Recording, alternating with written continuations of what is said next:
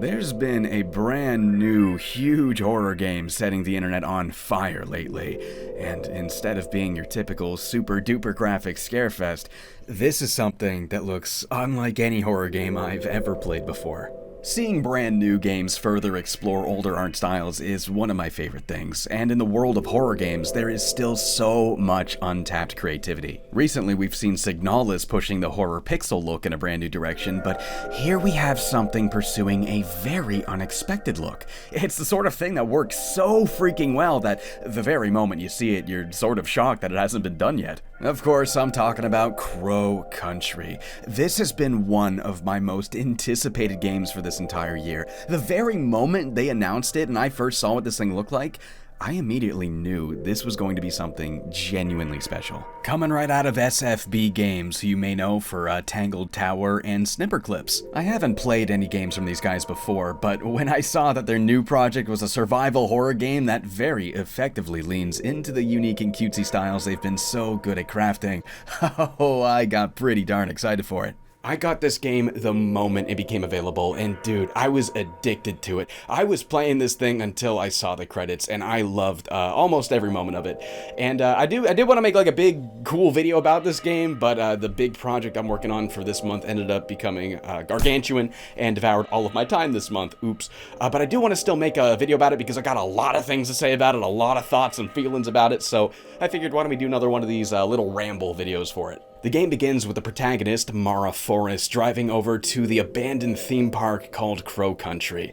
We don't exactly know who she is. We don't even know if Mara Forrest is her real name. The way she goes about introducing herself, it almost feels scripted. It almost feels like theater, like she's been practicing these lines in the mirror. All we know is that she's looking for Ed Crow, the creator of the park. We don't know why yet, but it definitely has something to do with all of the messed up things we soon begin to see there.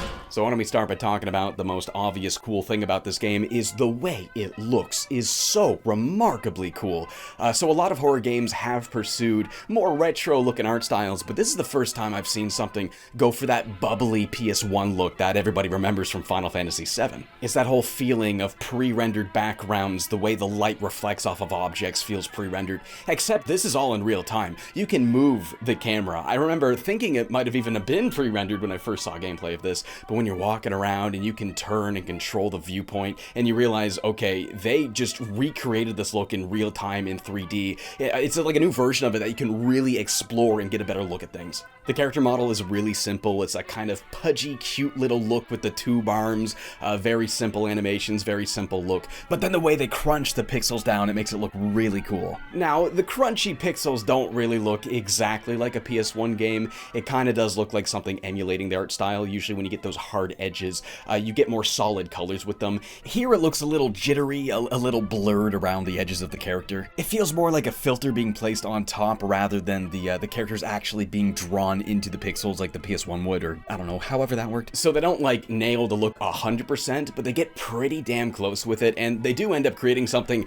that looks like nothing you've seen before, at least not in a way where you can control the camera and look at things from a different angle like this. As you explore the park, you'll very soon begin to notice a lot of cryptic things, clues, hints, numbers written in blood, all these shut down animatronics. You're immediately seeing all sorts of things that you can't really do anything with yet, but you put it all in your back pocket because you know it will be important later. And that's what Crow Country is all about, is the exploration. I mean, you just created this art style that looks amazing and you want stuff to look at, so they give you so much to do with that. All of these different rooms, whether it's a bathroom or different attractions, or even the back hallways for employees that you're not exactly supposed to go to. Now, a lot of games like this will always have written material for you to read, maybe absorb a clue or two from, or maybe just get across the backstory. And it's not always the most viable. It's like, who's just writing all of this? But here they do it very, very well. They're all leftover memos from the former park staff, leaving messages for each other, explaining how, oh, we gotta do this with this animatronic to upkeep it. Oh, if you want to make this thing work, you gotta do it like this. Oh yeah, Johnny left a weird thing up in the vents again, make sure you do it this way. It all like gets across like ideas of what to do with puzzles without ever feeling like it's contrived or it's there just for the player. So the way this park is set up is very like seamless for player navigation. You have your central area of Crow Country, but then that splits off into all of these sub-parks. There's the fantasy land full of mushrooms and fairies, and the creepy crypt full of skeletons and haunted mansions. All of which not only giving you a great variety of eye candy in this wonderful art style that you love looking at so much, but also a lot of different things to interact with in unexpected ways. Many puzzles will involve memorizing a code to enter somewhere. These codes are always 4 digits long, so they're always very easy to remember. Even parts you have to play the piano with a series of notes. Just 4 notes to spell a word that's very easy to remember. That is one thing this game's really good at, is just the written material you have to remember. Always very easy to do that, always very short and to the point. Other times you'll find a key item, sometimes just a key. You get a bronze key that can open every bronze lock thing, but other times you get some sort of object that you'll have to use in some sort of obtuse way that makes you think outside the box just a little bit. That's right, it is my favorite kind of survival horror game. Shit gets rusty, all doors locked. Yes, I can confirm it is that precise sort of thing, and buddy, it is damn good. Now, one thing this game does really well in regards to the player progression, something that I see a lot of survival horror games kind of struggle with, even the Silent Hill games, all the Silent Hill games do this, that whole thing where you find like the one key item you need, and you have to find the one thing to use it on, so you end up walking in circles around this big map, just being like, what do I use this on? What do I use this on? And you get lost for a little bit, and it feels like you kind of waste your time. Even replaying Silent Hill games, I find myself there sometimes, and it's just like, I just look up a walkthrough, it's like, just tell me what room to go to because I'm getting a little impatient. Crow Country is remarkably good at avoiding this problem because every key item you find, it feels like there's always multiple things to do with it. You know, you're walking through the park and it's like, oh, a bronze keyhole here, oh, a bronze keyhole there. There might be 2 or 3 of these things that you've been thinking about. So when you finally do find the bronze key, that's 3 things you can do instead of just looking for the one. A lot of the key items are like this. For example, there's a bottle of acid. Once you fill that up, there's more than one thing you can do with it. And one of those things, there was a different way to do it where you could have got that thing earlier. I love how well this game does that because so much survival horror puzzles is like, here's a really obtuse series of objects you gotta combine in such a way that's like, I don't know, who's doing this? A theme park opens up so many opportunities for that. For example, there's like a mermaid or a fairy thing in a tree. In order to get through it, you have to find the memo that tells you what the secret message you have to say to it. Like, oh, great fairy, let me through, bada bing, something like that. It's such a fun idea. I love this one part where there's a chain around a like a swan's neck. It's like this little boat thing that, I don't know, there's like a carnival game where you'd steer it around and stuff. You need that chain for another puzzle, so you have to find some way to repair the attraction in order to get the thing spinning around and steer the swan all the way back to where you can grab that chain, and then you're in business. So obviously there's going to be a lot of locked doors, a lot of things you cannot open yet, but there's so much of it that you're always walking through and you're taking note of all of it, and it's all like these really memorable, very different things. It's not just, here's a door, here's another door that looks like it. No, it'll be like big iron bars, horizontal bars that you need to crank open. Or maybe it'll be like a giant mushroom guy head and the mouth opens like a door. You're not gonna forget that. Or like the fairy in the tree thing that I mentioned before. Every single locked door is something so memorable that you're going to remember it. So by the time you gotta go back to it, it's like, oh yeah, the mushroom thing, let's go trying that. The attention to detail and the atmosphere here is incredibly good. There's so many objects, so much clutter everywhere. It really feels like this is a park that's been shut down for a long time and has really become run down over time. There's all these subtle details, like when you see the park's name, Crow Country, you better believe some of those letters are going to be bent a little bit, just from lack of upkeep. It's got that perfect combination of goo and grime that makes you think, okay, nobody's really cleaned this place in a long time, but at the same time, it's like, what is that? What is this? I think this is stemming from something a little bit deeper than the lack of upkeep as well. It's very spooky too. I wouldn't say it's outright in-your-face scary, but there is a lot of moments of this game that feel very creepy, have you on edge, but they never like hit you with that really big in-your-face jump scare. No, it's always stuff like, this scene for example, I love this part. You're just opening this curtain bit by bit, and when you get to a certain point, what is that? What is that? It's just kind of sitting there. It's just kind of sitting there. Do I go up to it? I don't know. I don't know. That's what the scares in this game usually are. But it is just as cute as it is creepy. I mean, all of the low poly models, a lot of big, bubbly, googly eyes on characters. The crows themselves are so cute looking. I mean, look at these guys. It is that perfect blend between creepy and cute. Like, it's genuinely evocative of those past feelings you had of going to theme parks as a kid, except now, the music's a little off, the park's completely busted up, but all of the cute things that were meant to be cute, they still come off as really endearing and wonderful, but there's that creepy vibe in the background at the same time that makes it like the best of both of these worlds. Like, I just had so much fun exploring this place and taking in every room. Also, do you remember in like Luigi's Mansion where it was incredibly easy to remember every single room because they all felt so different from each other?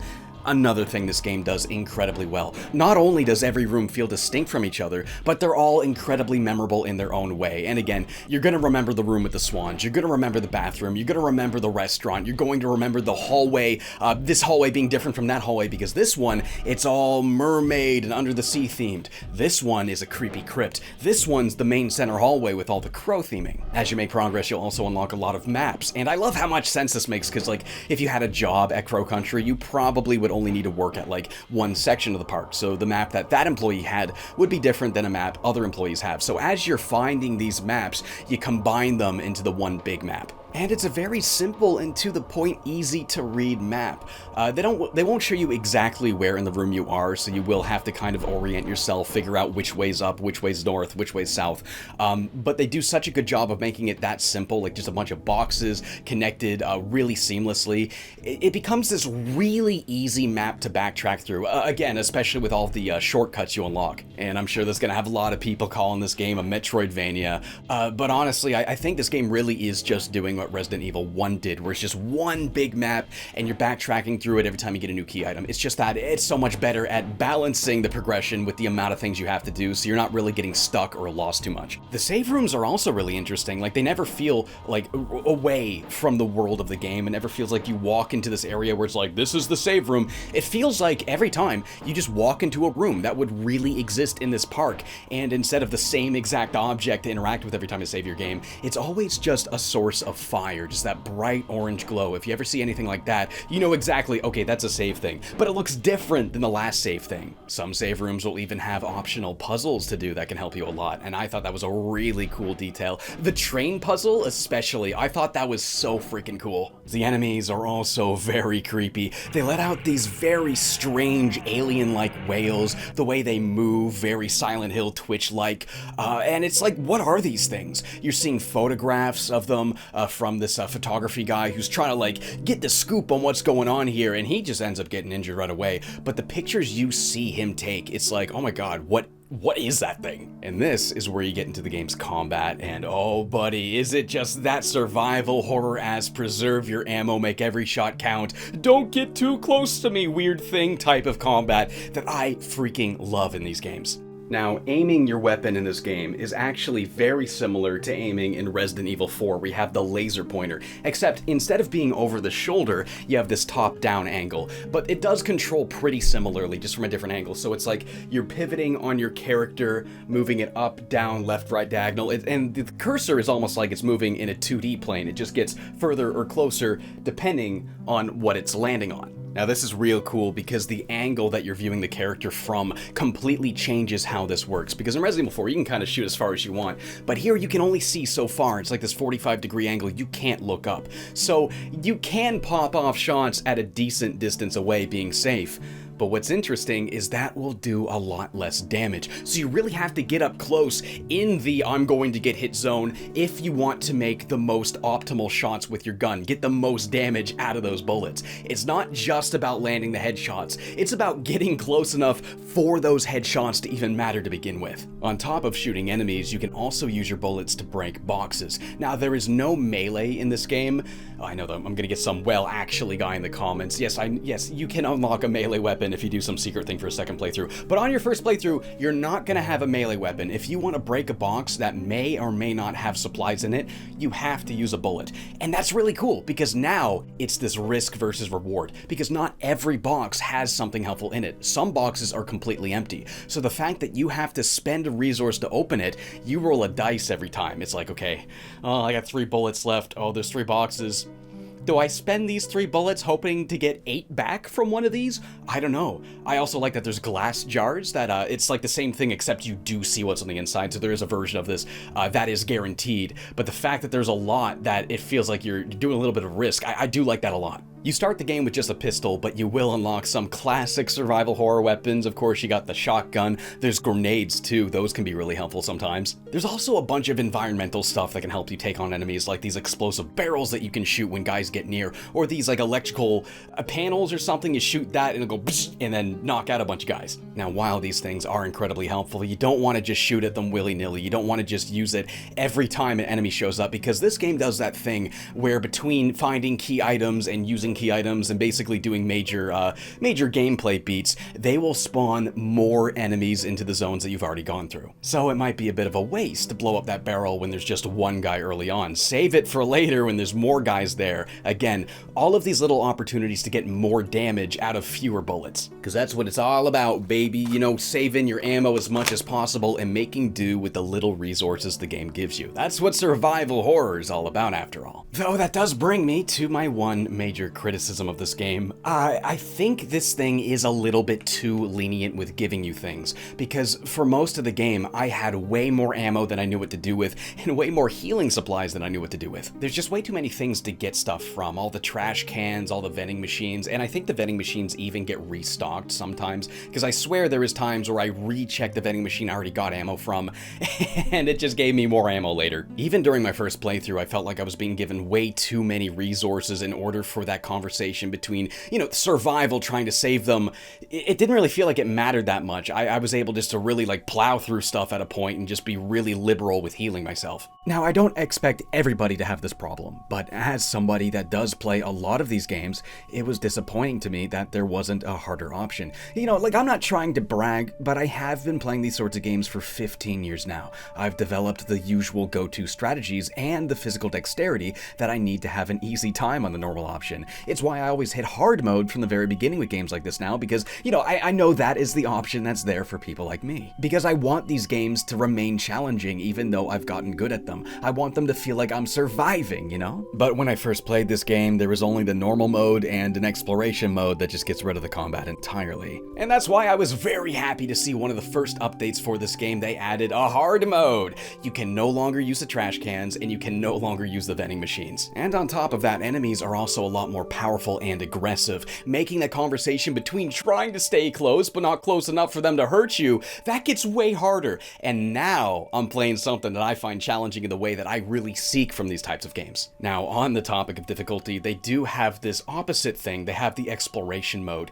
This is a version that does not have the combat, and instead it's just the exploration and puzzle solving. And I think that's a really cool idea, because I get a lot of comments from people who say that they really want to get into horror games, but they find like the combat and the resource management too stressful. They can't really get into it. It's a little bit too intimidating. I think this is a great way, a really good option for those people to be able to get into one of these games for the first time without having to worry about all that stuff. And then once you get through it and you kind of know what you know one half of it, well, let's try the other half. Maybe these people will then do another playthrough on the normal mode and then try to do some of the combat stuff. And between that and the wonderful blend of cuteness and horror, and the fact that it's like not in your face screaming at you horror, it's just wonderfully creepy horror, I really do think Crow Country is probably one of the best first horror games to get you into horror. You got a flashlight for lighting up those dark areas, and as you move the flashlight over the environment, it does help you get a much better look at some things that are a little bit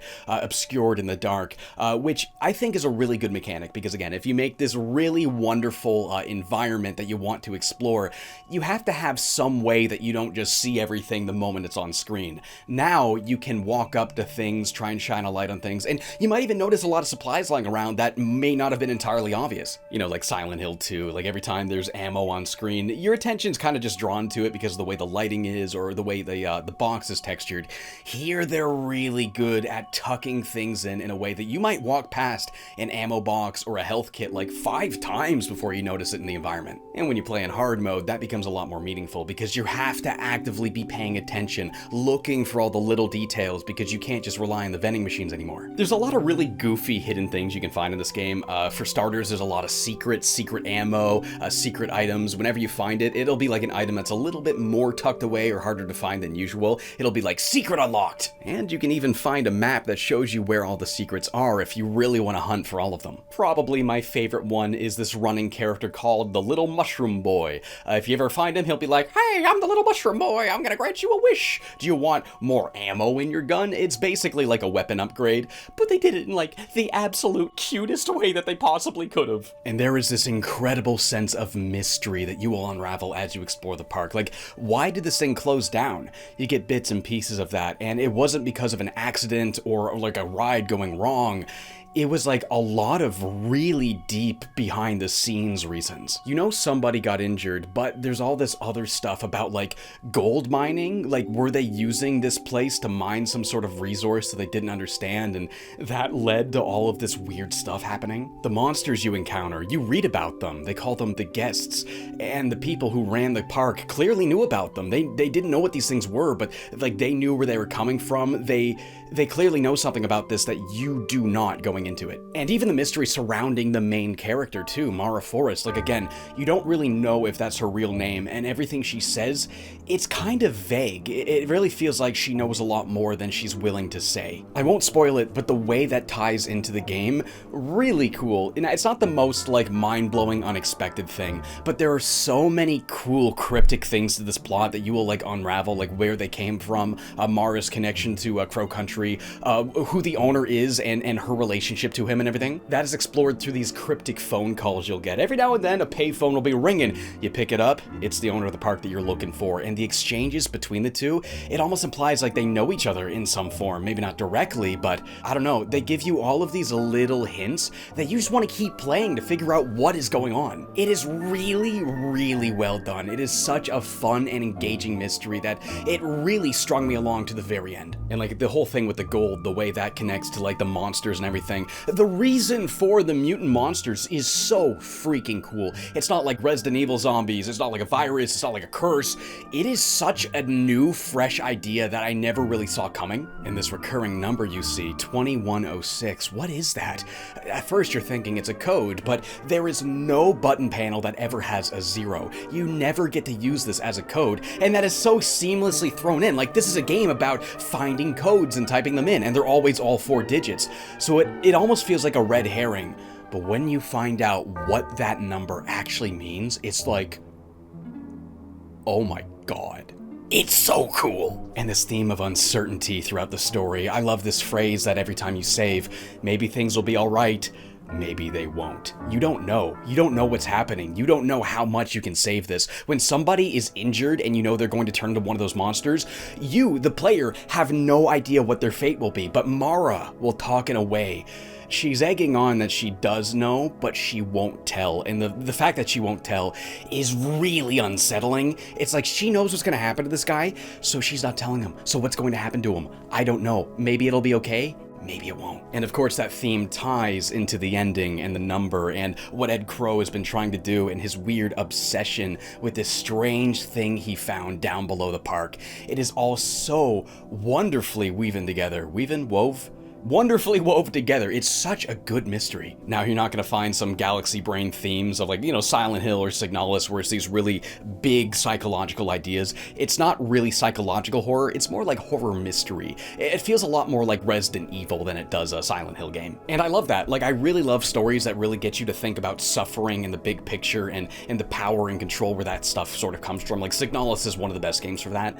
But sometimes you just want a lighthearted, goofy mystery that does give you those really unsettling feelings every now and then. That's what Crow Country Story is, and it is very, very good at what it does. Mara is also such a relatably goofy character. The things she says to the things she sees, it doesn't feel like, you know, James Sunderland just telling you what the thing he's looking at is. It feels more like Heather Mason having a little personal opinion or quip about everything. The pizza scene, classic. Everyone loves Heather being like in a bread store. It's bread. Mara opens a pizza box. She's like, what's inside? It's pizza. Like, of course, what do you think? Lots of great moments like that. I love when you first see the mascot and she goes up to him and she like talks to him. She's like, hey, I'm looking for Mr. Crow. You know where he is? Yeah, you don't, do ya? I don't know. It is so cute the way she interacts with everything you see. I love all the characters you meet and talk to along the way. Every single one feels involved in the mystery and the plot in a very different way. Some more disconnected from others, some very directly involved. And the way they talk to each other, again, it's Mara knowing more than she'll let on, and talking to another guy who knows more than he'll let on. And it's just this tense conversation where they're just trying to extract info from each other in a way where you get just enough info to the player to keep you interested without just explaining the whole thing. They are so good at doing that here. Kind of running out of things to talk about. I think I pretty much covered everything. Yeah, Crow Country. I really don't have that many issues with it. Again, the only thing was difficulty, but the new hard mode completely fixes that for me. And that was more of a subjective thing anyway. That's just me looking for more challenge, where it might just be the kind of game that you don't really need that. But they did do that. They have that bonus, which just bonused it into an even better game for me personally. But overall, I think this is actually a freaking amazing survival horror game. Again, I think it's a really good starting point for anybody who wants to get into horror for the first time, but anybody that just loves horror games, they love that kind of, the Silent Hill shit gets rusty, all doors locked kind of gameplay.